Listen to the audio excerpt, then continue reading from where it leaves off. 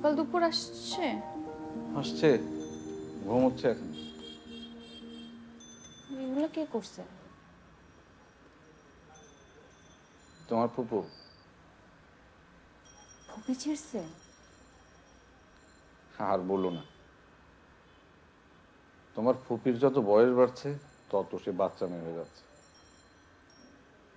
গত কয়েকদিন ধরে সে যে সাতকাহন উপন্যাসটা পড়ছে। আজ সকালে আমি তাকে জিজ্ঞেস করলাম, তুমি যে সাতকাহন উপন্যাসটা পড়ছো, সাতকাহন মানে জানো? সে বলল না।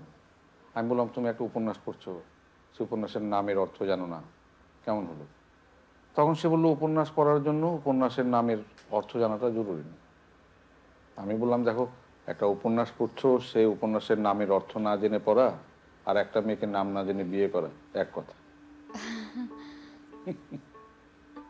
তখন সে রেগে গেল, রেগে বললো যে উপন্যাস পড়া আর বিয়ে করা কি এক কথা? আমাকে বললো, তুমি সাতকাহন মানে জানো? আমি